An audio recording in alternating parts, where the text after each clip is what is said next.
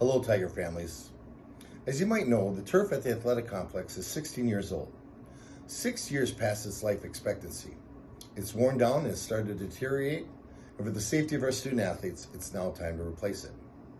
I want to remind everybody that the athletic complex is not just a football field, but a multi-purpose facility.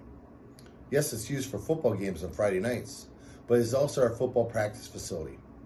Our youth teams play in it on Saturdays during the fall. It's used by our physical education classes throughout the school year.